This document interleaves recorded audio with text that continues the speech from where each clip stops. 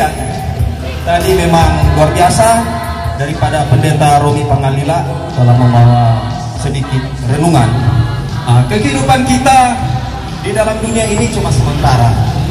Sebagai seorang Kristen, kita harus lebih kuat belajar memahami tentang firman Tuhan.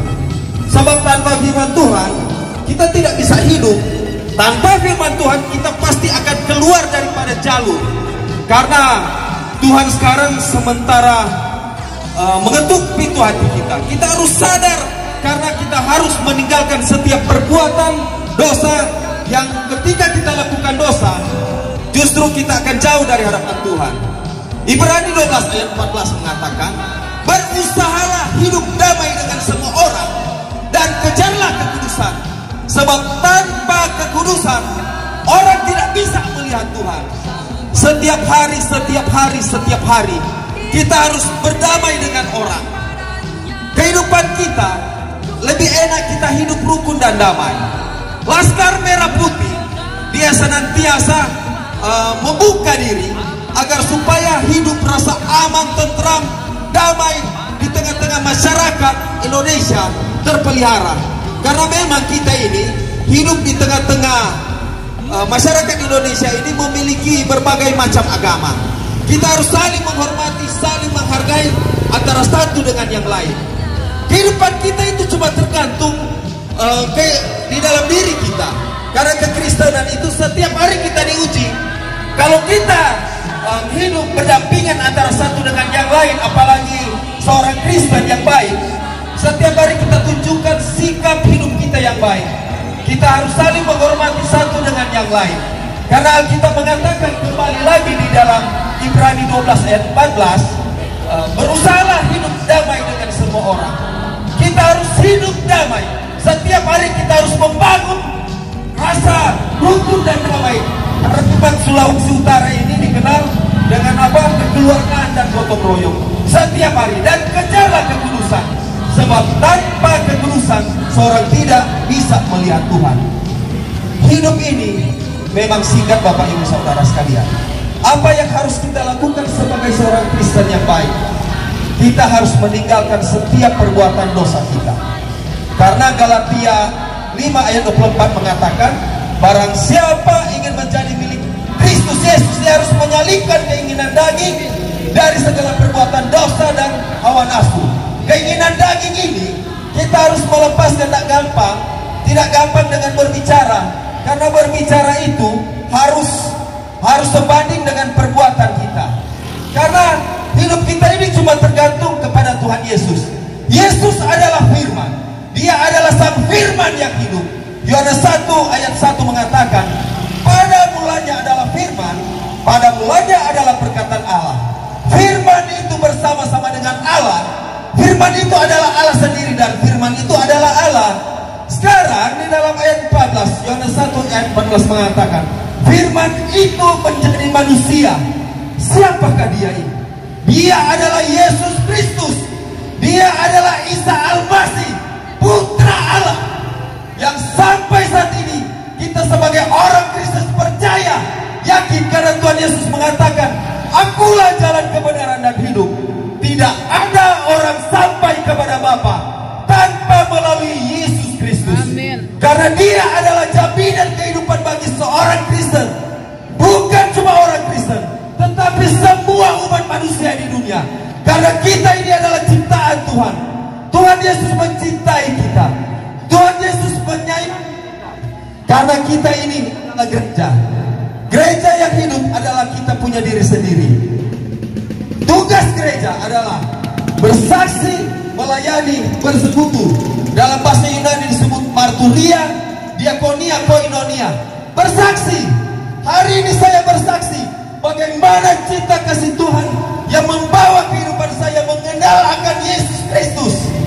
Karena hanya Tuhan Yesus Kristus adalah jaminan keselamatan. Karena hanya Dia, sehingga kita bisa melihat keselamatan itu, keselamatan yang diberikan kepada kita dengan cuma-cuma. Makanya Roma 10 ayat 9 mengatakan, ketika kita mengaku dengan mulut dan percaya dalam hati bahwa Allah telah membangkitkan Dia dari orang mati, maka kita akan selamat mengaku dengan mulut bahwa Yesus Kristus adalah Tuhan, sehingga kita bisa selamat. Tetapi ingat Bapak Ibu Saudara sekalian, belum sampai di situ. Karena keselamatan itu ketika kita percaya dalam hati bahwa Yesus Kristus adalah Tuhan, tetapi kita harus mengerjakan keselamatan itu. Jangan cuma sampai di situ, karena belum tentu juga kita selamat kalau kita tidak menjalankan. Karena Tuhan Yesus bilang apa? Kita dinilai dari perbuatan kita setiap hari. Kembali lagi tadi, berusahalah hidup damai dengan semua orang, jangan memilih-milih orang. Kita harus saling mencintai, saling menyayangi antara satu dengan yang lain.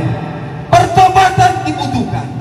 Ketika kita jauh dari hadapan Tuhan, ketika kita keluar dari hadapan Tuhan, hari ini kita mengaku, kita mengangkat tangan kita, Tuhan Yesus, hari ini saya akan bertobat, saya akan betul-betul melayani-Mu Tuhan, dan saya akan merubah sikap hidup kita. Itu yang benar.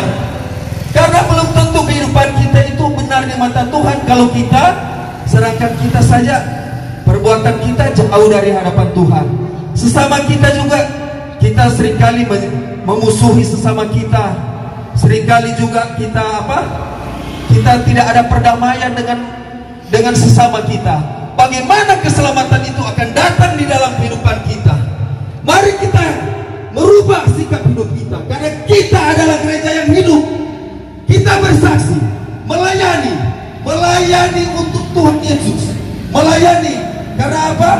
Ketika melayani Tuhan, kita juga harus menunjukkan sikap hidup kita yang baik dan benar. Karena disebut ada 3 hal, 3 pilar daripada kekristenan. Yang pertama adalah apa? Ortodoksia, mengikuti ajaran yang lurus, ajaran yang benar. Ajaran yang mana? Harus mengikuti daripada ajaran Rasul.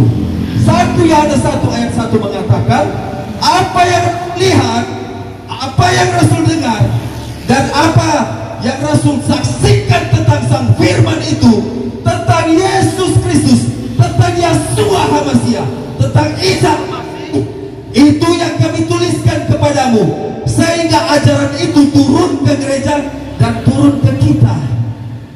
Kita harus melakukan yang benar, karena setiap perbuatan yang benar hasilnya adalah buah yang benar. Perbuatan kita harus kita lakukan.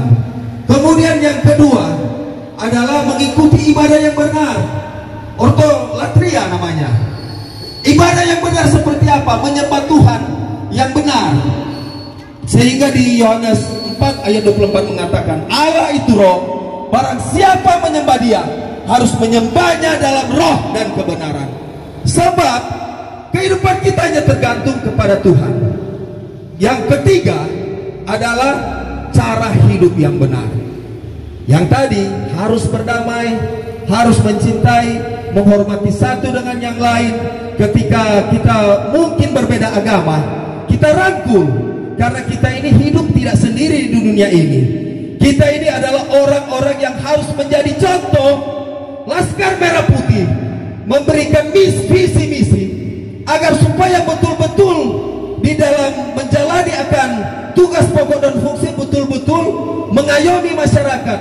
Harus ada kerjasama di dalam kehidupan, apalagi di masyarakat Indonesia ini. Kita berdoa bersama, semoga bangsa Indonesia dalam keadaan aman-aman selalu. Karena apa? Kita ini Pancasila. Orang yang berpancasila, dia betul-betul memaknai bahwa kehidupan kita ini, seorang Indonesia yang cinta damai, harus betul-betul menjiwai Pancasila. Karena ketika Pancasila ada di dalam dada kita, sehingga kita akan menjadi garam dan terang. Kembali ke ajaran kekristenan, harus menjadi garam dan terang, harus bercahaya. Kita harus jadi cermin jiwa, sehingga betul-betul memaknai kekristenan yang betul-betul mengandalkan Tuhan Yesus di atas segala-galanya. Amin.